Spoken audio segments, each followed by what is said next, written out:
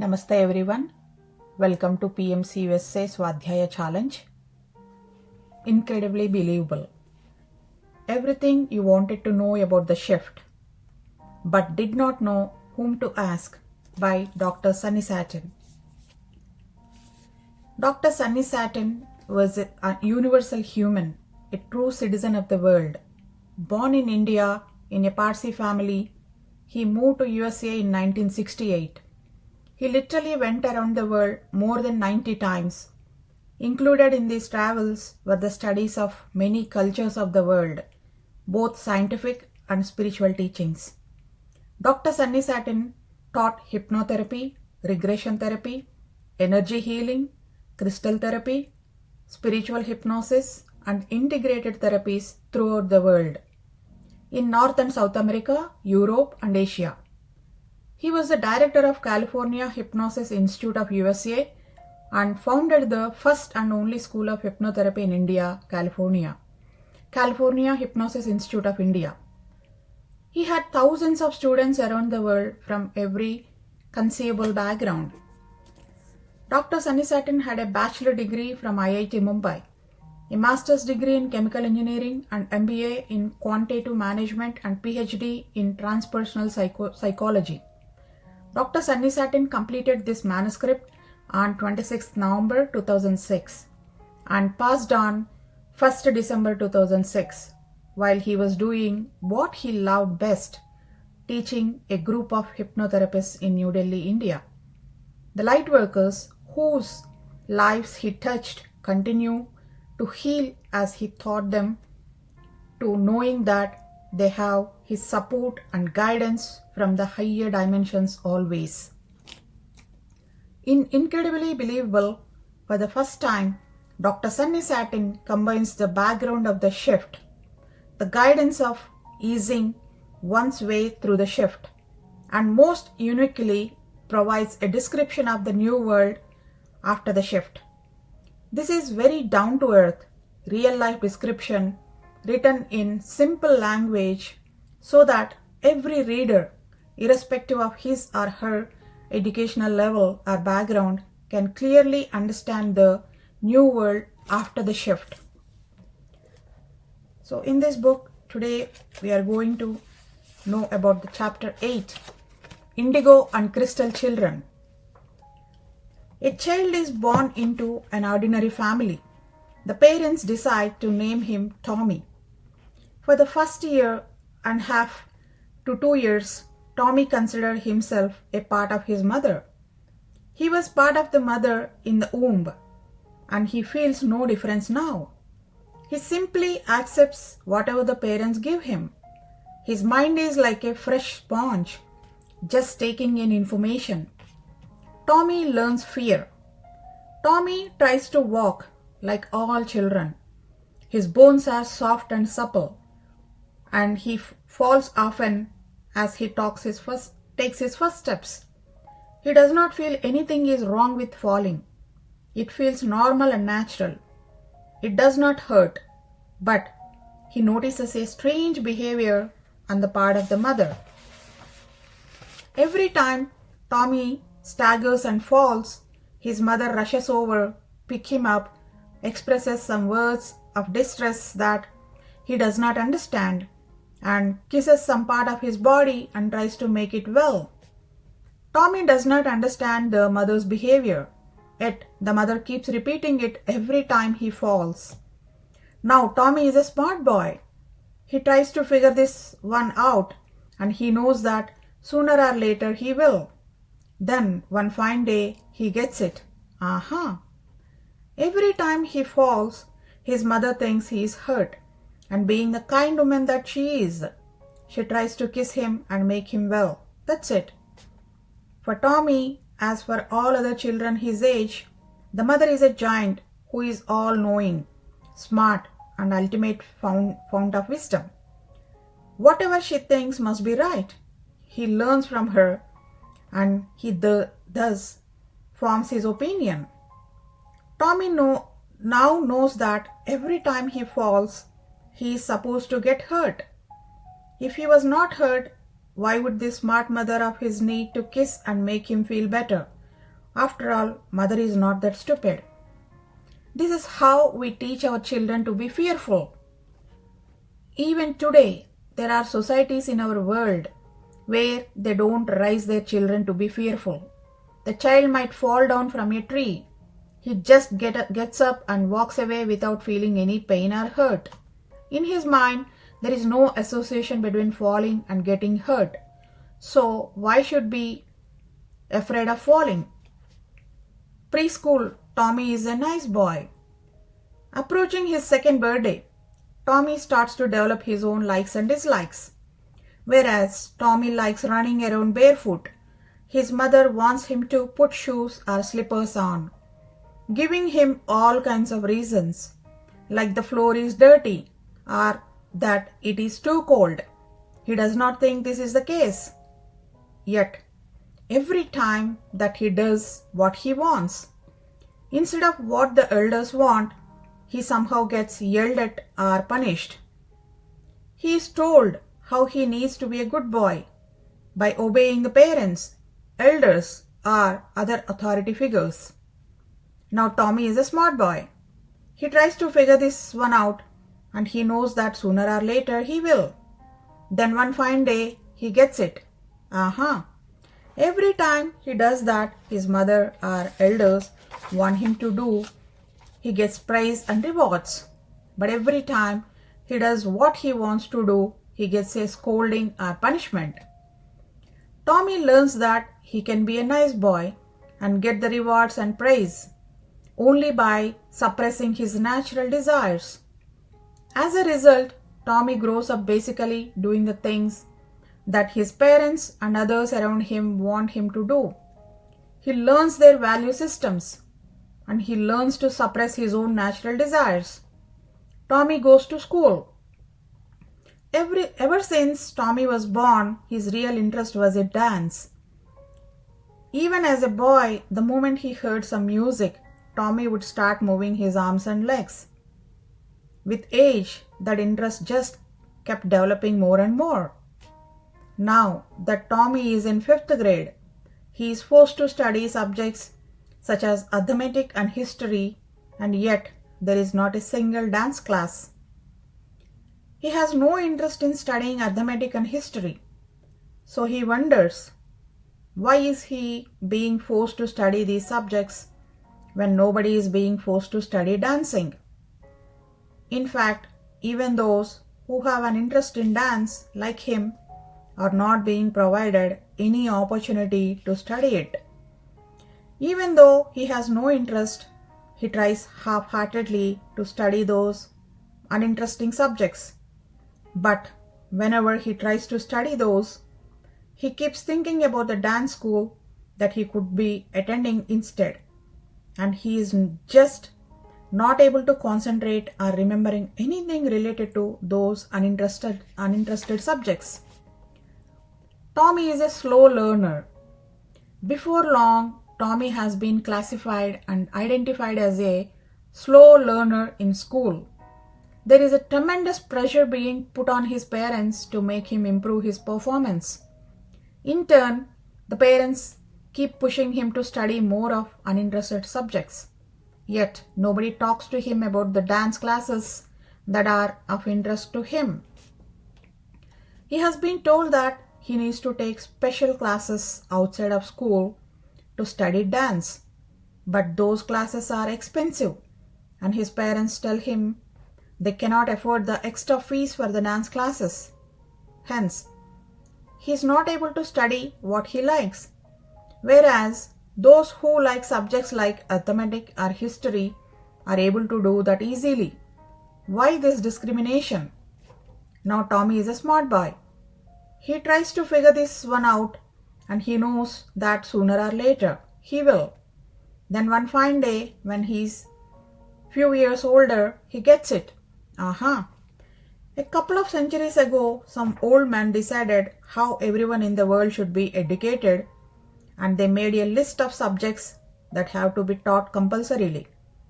And for the number of generations, his forefathers have gone through the same curriculum. So he is not the only one being punished. He is not being discriminated against. he figures out the reason what he still could not figure out, and he kept wondering is, over the centuries, why has nobody questioned the validity and effectiveness of the system? And why do people blindly accept it as the right thing to do? Why is the mantra of almost every parent, my child should do well in school and get good grades? Tommy wonders if his parents will ever be happy seeing their children become a good dancer. He keeps wondering whether his parents really even think about his happiness. A university education for Tommy. Boring as it was, Tommy still manages to finish high school. Now, he would really like to join some dance company, do whatever necessary to survive, and be happy. Unfortunately, his father will have none of that. He must be reasonable, get a college degree, and get a job that provides a regular paycheck. After all, his father and his forefathers have all done that. Worked hard all their lives and managed to eke out a decent living. Difficult as it is, his father is even willing to fund his university education because that is duty of responsible father. Tommy can talk about which university he could like to attend, but he should not talk about joining the dance company. The dance company does not provide a good regular paycheck. Dancing is okay for entertainment, but as a career, no way. Now what is Tommy supposed to do? He is lost. But Tommy is a smart boy. He tries to figure this one out. And he knows that sooner or later he will. Then one fine day he gets it. Aha! Tommy finally figures out that he has been wrong all along. And his father has been right. After all, without the paycheck and without his father's support, how will he make a living? And who is going to marry him in that position? And how will he make a decent living? He should follow his father's advice and get a university education. Tommy joins the university, boring as he finds it. He still manages to graduate. He has been thinking about dancing all the time and how interesting his life would have been. But then dancing would not get him a regular paycheck. And what is more important than a regular paycheck, especially for a man? A regular paycheck for Tommy. Tommy graduates and gets a regular job with a regular paycheck.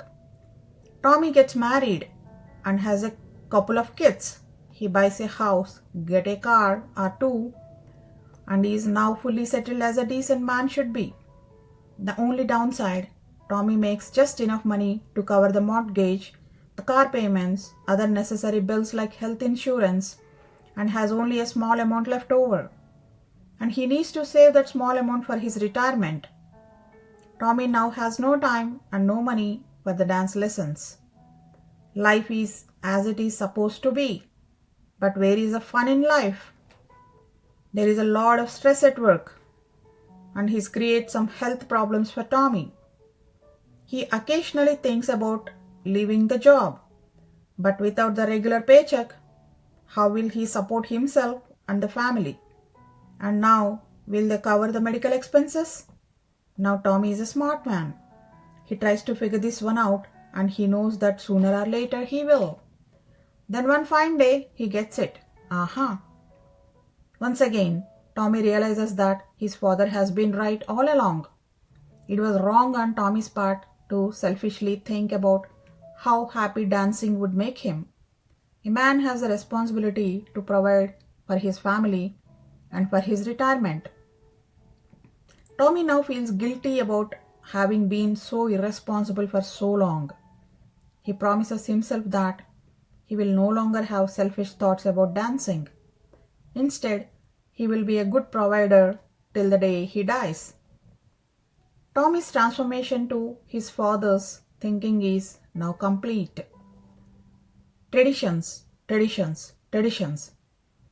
For as long as we can remember, mankind has gone from generation to generation, passing down its traditions and its thinking. we turn to lead life the same way our forefathers did, and we take on and adopt the value systems from our parents, families, without questioning whether these make any sense to us or not, or whether these make us happy or not.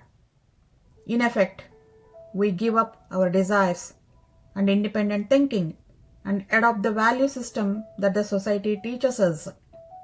If each generation behaves like the previous one, how can we bring about any major change? Yes, the imminent dimensional shift requires a major change in our thinking. We need a rebellion.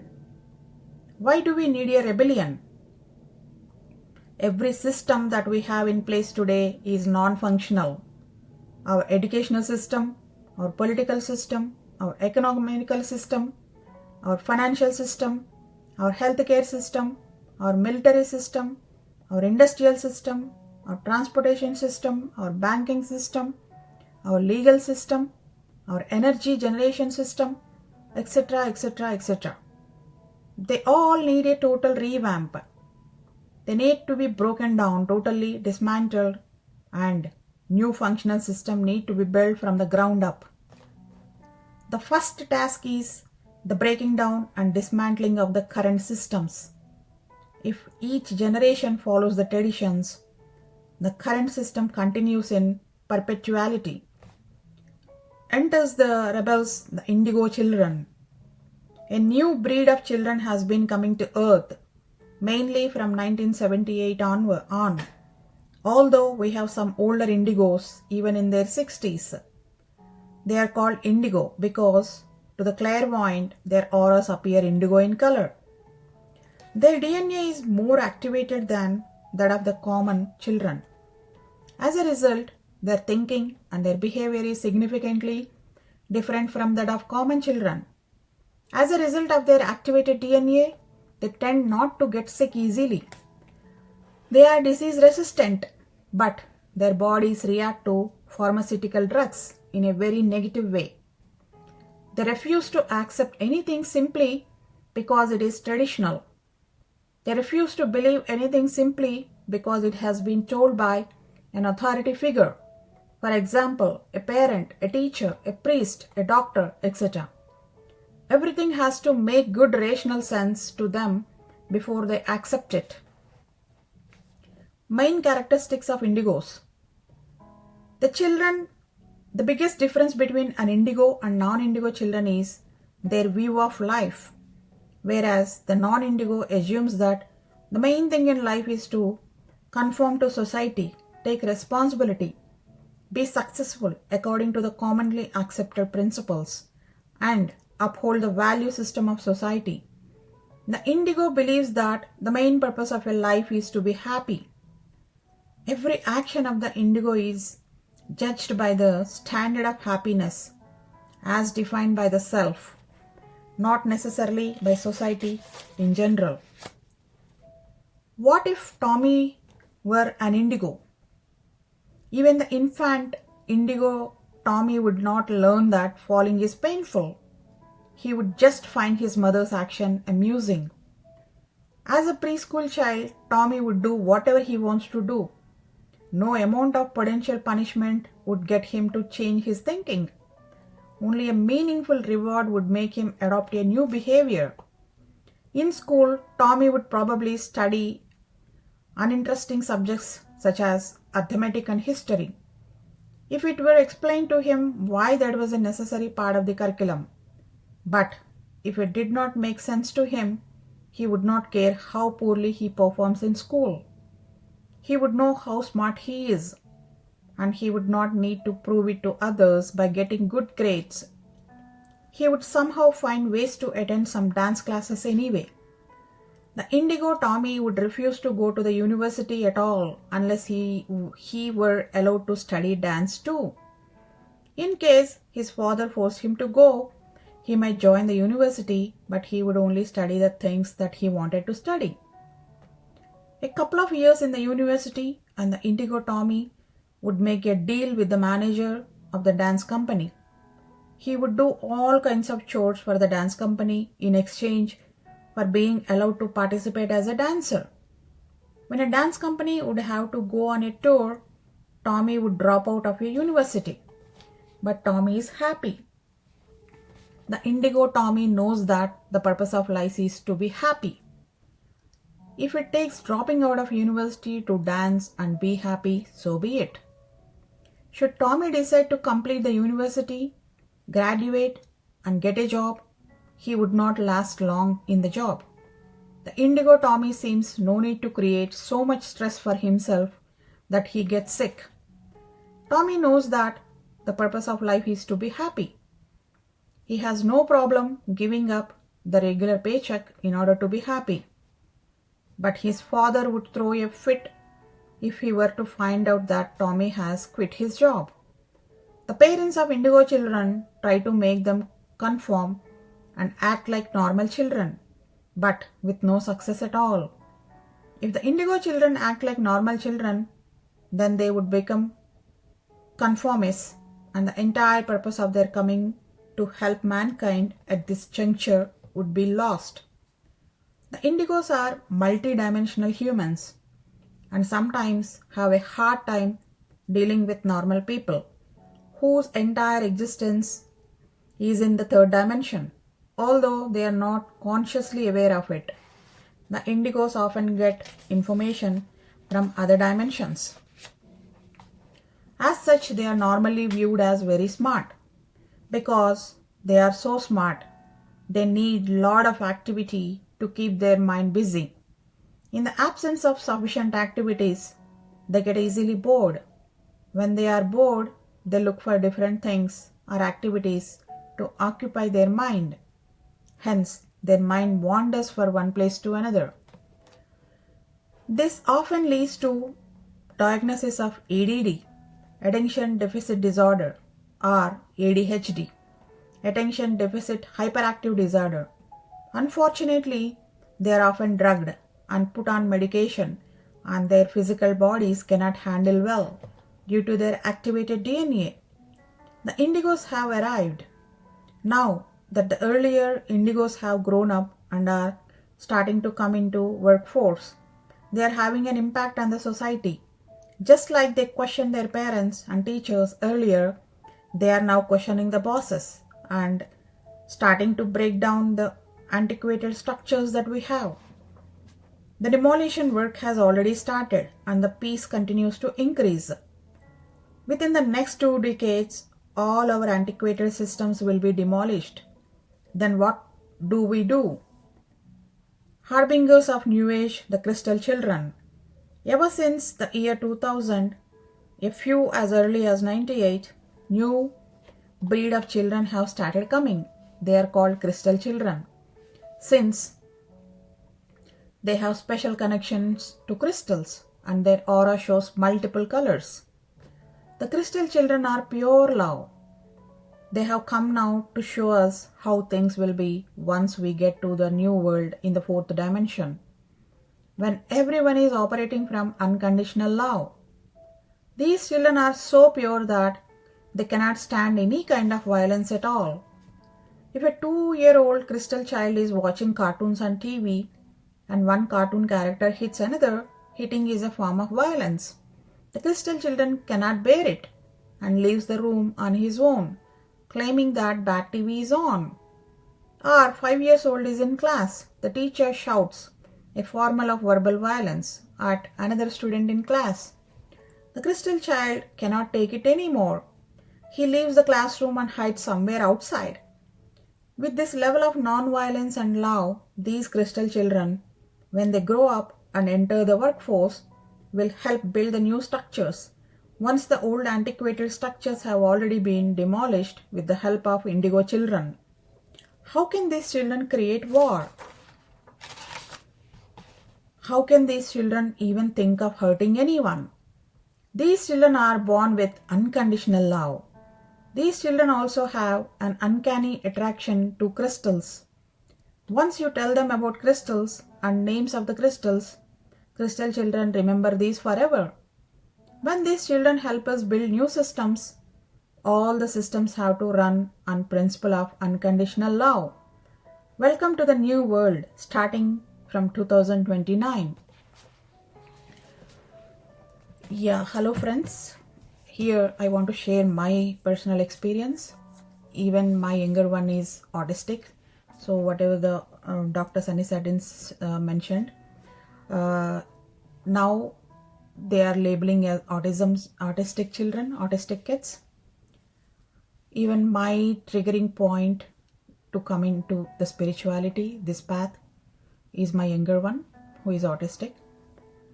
And yeah, like the author mentioned, Sunonny Satin mentioned in this chapter, initial days I used to ask the masters in like 2020. My awakening started in 2020. So when I started meditating and started reading books, I used to ask the masters why there are so many autistic kids are coming these days. Then after some time, I got the answer through the book DNA of the Spirit One by Master Raychandran. In that book is whole book from channeling from all the ascended masters. So Saint Germain said that book was written around 2012. So he said after 25 years, everyone wants the kids like that. And after that, I found in so many videos and books like Incredibly and Crystal Children, new kids, new earth kids, and so many videos, so many books I found that. But why they are coming like that, why they choose to be like that? They are here to change, just like how Sunonny Satin mentioned, they are here to change our standard societal systems, like how we grow as we are kid going to school, after that college, work, earn money, all the life, and again kids, marriage. It's a cycle is repeating. To break that pattern, to break the societal norms, and also they are here, they are multidimensional beings, so they spread lot of positivity, they do astral works, they access other side information. If like me, I have two boys, so if they don't choose that that path, if he is also normal kid, we push him into normal school, like activities, grades, everything. But if he is like that, I cannot push him. I accept him as is. So that way, his purpose, whatever he's here on the planet Earth, he can able to fulfill his purpose. Of course, it is challenging, but we need to accept them as they are. He, like author said, he is happy always. He is the binding force of our family. He always in a happy mode. He senses the feelings. Based on that, he like he's a mirror, so he shows what to change.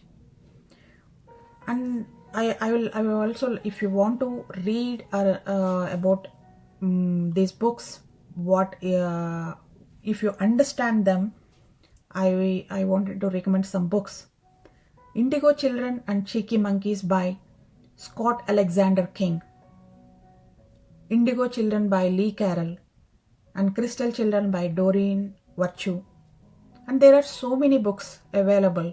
If you search with the Crystal Children, Indigo Children, Rainbow Kids, you will find so many books available in Amazon. And also like Dolores Cannon videos, so many videos she mentioned about these children. And as the author said, their DNA, more of their DNA strands are open. Ours, like we have 12 strands of DNA, ours is only 2 strands of DNA is open. Remaining 10 strands are dormant. Those are spiritual DNA. So for these kids, there are more. They were born with more strands of DNA open. They know much more about than us. We need to accept them as they are. That way, they can do their purpose. They can fulfill their purpose, and they choose us. So that way, because we can able to provide better accept them as they are. So that's why they choose us. So please do accept them as they are. Don't try to change them. Don't try to expect them to be a normal kids. And please do read and explore, listen more about this concept. You will understand them better way. Thank you all for listening to me. Thank you. We'll meet again in the next chapter.